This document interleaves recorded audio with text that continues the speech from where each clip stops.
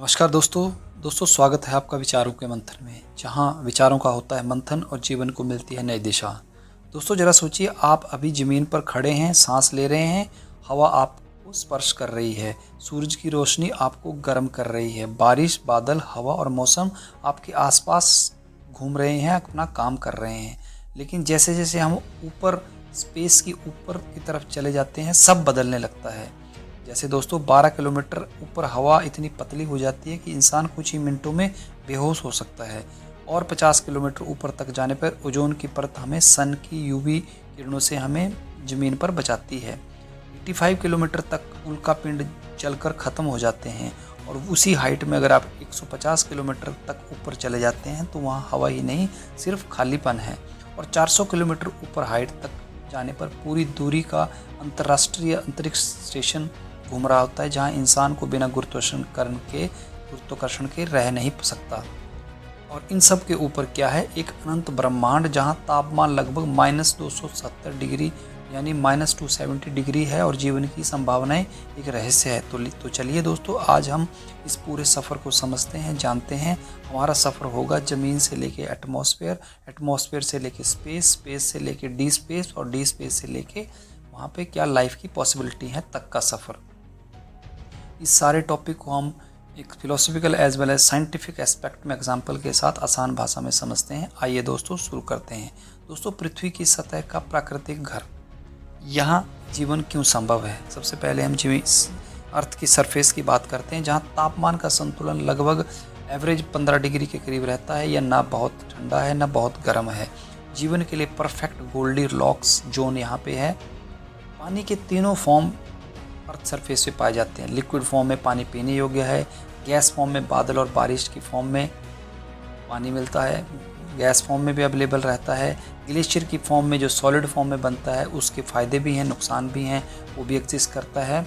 और यही साइकिल पूरा सॉलिड लिक्विड वेपर्स का साइकिल थ्रू आउट चलता रहता है, और वो जीवन को जीने के लिए एक अनुकूल परिस्थिति बनता है।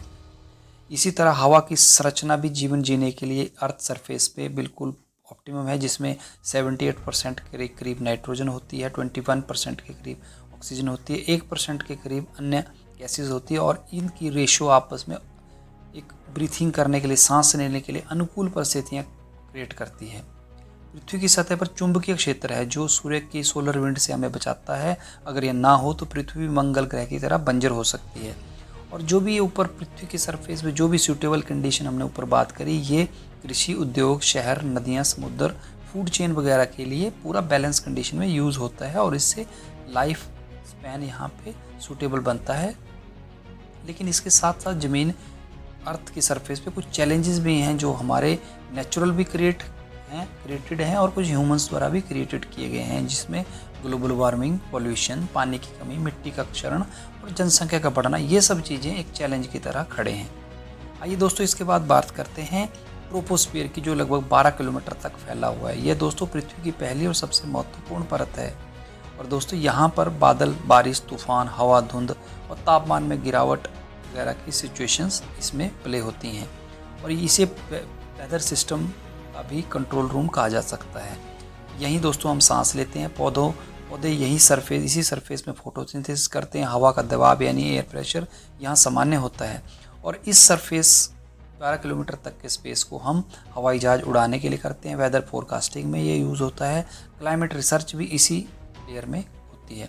लेकिन इसके साथ साथ यहाँ पे चुनौतियाँ इस लेयर में हैं, जो कि ग्रीन हाउस गैसेस का बढ़ना, मानसून में असंतुलन, क्लाउड ब्रस्ट जो होते हैं, एयर पोल्यूशन, ये सब सिचुएशन इसी सरफेस में होती है।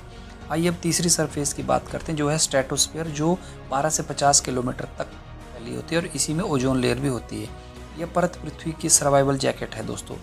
ओजोन लेयर क्यों जरूरी होती है? क्योंकि सूर्य की UVB और UVC किरणें आती हैं, जो हमारे DNA को नुकसान कर सकती हैं, त्वचा कैंसर कर सकती हैं, पौधों का विनाश कर सकती हैं, आँखों की समस्याएं क्रिएट कर सकती हैं। ओजोन लेयर इन सब हार्मफुल UV लाइट्स को अब्जॉर्ब कर लेती है, इसलिए ओजोन लेयर हमें बचाती है इन किरणों से। और इस परत की जो खासियत है, तापमान धीरे धीरे बढ़ रहा होता है, क्योंकि ओजोन सूर्य की ऊर्जा को अब्जॉर्ब कर रहा था, और कई 100, 200, 300 साल लगते हैं कुछ डिग्री टेम्परेचर बढ़ने में, जो कि पिछले समय से अगर हम देखें तो बढ़ भी रहा है, तो ये एक इसका नुकसान भी है कि धीरे धीरे टेम्परेचर बढ़ रहा है, जिसकी वजह से आने वाले सालों में हो सकता है ग्लेशियर का पानी पिघले तो वो हमारे जो वाटर रिसोर्सेज है वहाँ पानी ऊपर आ सकता है, जो कि लाइफ के लिए खतरा हो सकता है। तो इस तरह से दोस्तों इसमें ये चैलेंज है। लेकिन इसमें चैलेंजेस एक और भी है कि क्लोरोफ्लोरोकेमिकल जो गैसेज हैं उनका ज़्यादा रिसाव ओजोन डिप्लीशन के लिए खतरा बनता है, जिससे फिर यूवी लाइट्स अर्थ पे आ जाएंगी तो ह्यूमंस के लिए चैलेंज हो सकता है। अब फोर्थ लेयर्स की बात करते हैं, जो है मीजोस्फीयर, जो कि फैली है 50 से लेके 85 किलोमीटर तक। दोस्तों इसका खास काम है कि यह फ्रिक्शन पैदा करती है लेयर, छोटे छोटे मेट्रॉइड्स गर्म होकर जल जाते हैं, पृथ्वी पर गिरने से पहले ही वो ख़त्म हो जाते हैं। लगभग हर दिन 30 से 40 टन अंतरिक्ष धूल इसी लेयर में जल जाती है। इसका उपयोग और मिसाइल टेस्टिंग वगैरह में और अपर एटमॉस्फेयर रिसर्च के रिलेटेड भी की जाती है। इसके साथ साथ यहाँ इस लेयर की मीजोस्फीयर की जो चुनौतियाँ हैं, अत्यधिक इसमें ठंड होती है, लगभग -100 डिग्री टेम्परेचर इसमें होता है। इसमें कोई ऑक्सीजन नहीं पाई जाती, कोई उड़ान ऊंचाई पर स्थिर नहीं रह इस सरफेस में स्थिर नहीं रह सकती। अब फिफ्थ लेयर की बात करते हैं, जो है थर्मोस्फीयर, जो कि 85 किलोमीटर से 600 किलोमीटर तक फैली होती है। और दोस्तों इसमें आयन मंडल एक लेयर बोलते हैं, यहीं पर चार्ज पार्टिकल रहते हैं, रेडियो सिग्नल से रिफ्लेक्ट होते हैं और कम्युनिकेशन इसी के थ्रू चलता है। नॉर्दर्न लाइट एक और लेयर रहती इसी में रहती है, जो थर्मोस्फीयर में जब हम बात कर रहे तो अरोरा नॉर्दर्न लाइट्स इसे कहते हैं। सोलर विंड टर्म इसमें आती है, जो पृथ्वी के मैग्नेटिक फील्ड से टकराती है और सुंदर रोशनी बनती है। ये इसी सरफेस में तीव्र तापमान यानी दिन में लगभग +2000 डिग्री पर हीट महसूस नहीं होती, क्योंकि हवा बेहद पतली होती है और क्योंकि बेसिकली वहाँ पार्टिकल्स तो है ही नहीं। अगर पार्टिकल नहीं है तो जो वो कंडक्शन मैकेनिज्म है वो बिल्कुल इतना पतला होगा कि महसूस ही नहीं होगी।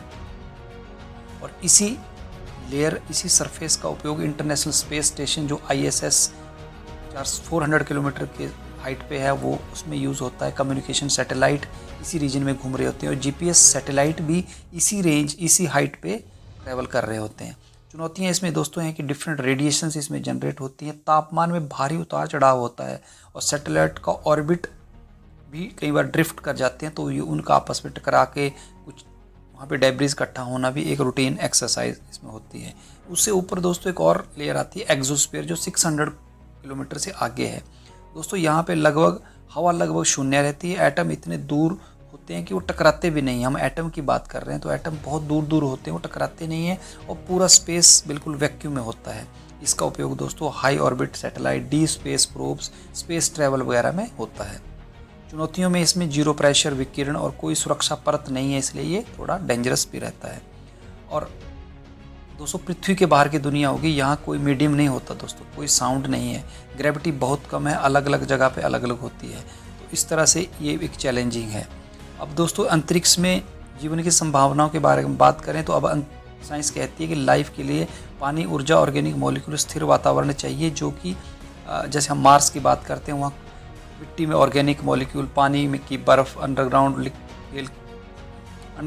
लिक्विड वाटर, ये सब चीज़ें हमें एक्सप्लोर करनी पड़ती हैं ताकि जीवन की पॉसिबिलिटी को सोचा जा सके। अब स्पेस में इंसानों के लिए चुनौतियाँ ये हो जाती हैं कि रेडिएशन इतनी ज़्यादा होती है कि वो DNA डैमेज कर देते हैं, जीरो ग्रेविटी का रहता है तो उससे हम अपने आप को वहाँ स्टैंड नहीं कर पाते। तो इस तरह की चीज़ें कहीं हो सकती हैं। और भविष्य के लिए जब हम भविष्यवाणी करते हैं कि स्पेस में ऊपर क्या चीज़ें हम करेंगे, तो उसमें बोलते हैं चंद्रमा पे परमानेंट बेस बनेगा, मंगल पे ह्यूमंस को सैटेलाइट स्टेबल करना है, स्पेस फार्मिंग करनी है, जीरो ग्रेविटी इंडस्ट्री बनानी है, इस तरह की चीज़ों को सोचा जाता है। तो अंत में धरती से अंतरिक्ष तक की हर परत एक कहानी कहती है कि जीवन कैसे शुरू हो और भविष्य में कहाँ हो सकता है। ट्रांसोस्फीयर हमें सांस देता है, ट्रांसोस्फीयर हमें यूवी से बचाता है, मीजोस्फीयर मेट्रोइड्स को रोकता है और थर्मोस्फीयर सैटेलाइट को सहारा देता है। तो दोस्तों अगर इस तरह की लेयर्स वाइज आपको स्पेस के ऊपर की जानकारी समझ आई हो तो इसमें हम आने वाले दिनों में और डिटेल में वीडियो बनाएंगे। तो अगर आपको ये वीडियो अच्छी लगी हो तो हमारी वीडियो को लाइक करें, शेयर करें और हमारे चैनल विचारों का मंथन को सब्सक्राइब कर लें और कमेंट में लिखें कि आपको स्पेस के ऊपर कौन सी लेयर की वर्किंग सबसे ज़्यादा इफेक्टिव लगती है, इंप्रेसिव लगती है। और हमारे चैनल को सब्सक्राइब करें। जय हिंद, जय भारत।